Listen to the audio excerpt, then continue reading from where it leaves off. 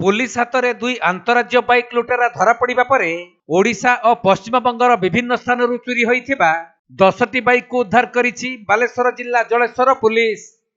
तेबे जलेश्वर अंचल विभिन्न स्थान बाइक चोरी होउथबा नै थाना रे अभियोग होई आसुथिला।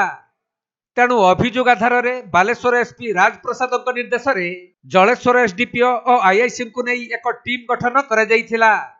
आउ बाइक चोरंक संपर्क में अनुसंधान चलिथिबा बेले आंबली अठा निकटरू पश्चिमबंग दांतुन थाना अंचल 2 जन बाइक लुटेरांकु पुलिस गिरफ करिबारे सफल होईछि। आउ सेमानक निकटरू 10टी चोरी बाइक को उद्धार करी एहार अधिक तदंत चलिथिबा एसपी सूचना दैछंती।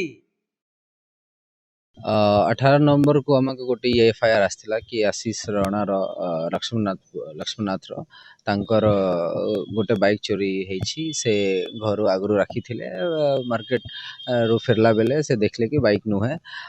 गोटे टीम गठन हैला आईसी जलेश्वर और एसडीपीओ जलेश्वर सुपरविजन रे आज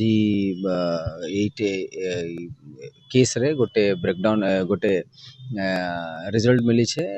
2 जन को अरेस्ट कराई छी गैंग रो आउ 10टा बाइक सीजर कराई छी।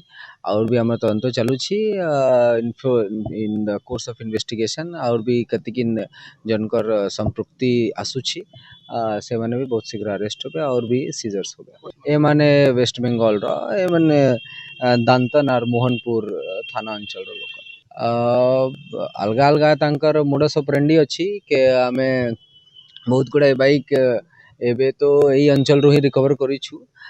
बाकी हमें तंत्र करूछु कि और कोठी कोठी माने पार्क करिथिबे केन ऑफेंस को माने करिथिबे से सब गुड़ा हमें सब एंगल रो इन्वेस्टिगेट करूछु।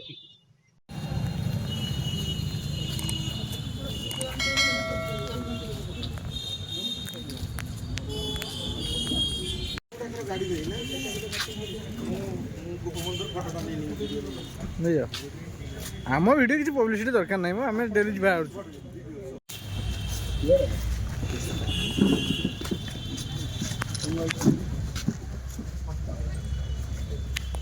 बालेश्वर जिला जलेश्वर जगन्नाथ गुच्छायत रिपोर्ट कोणार्क लाइव।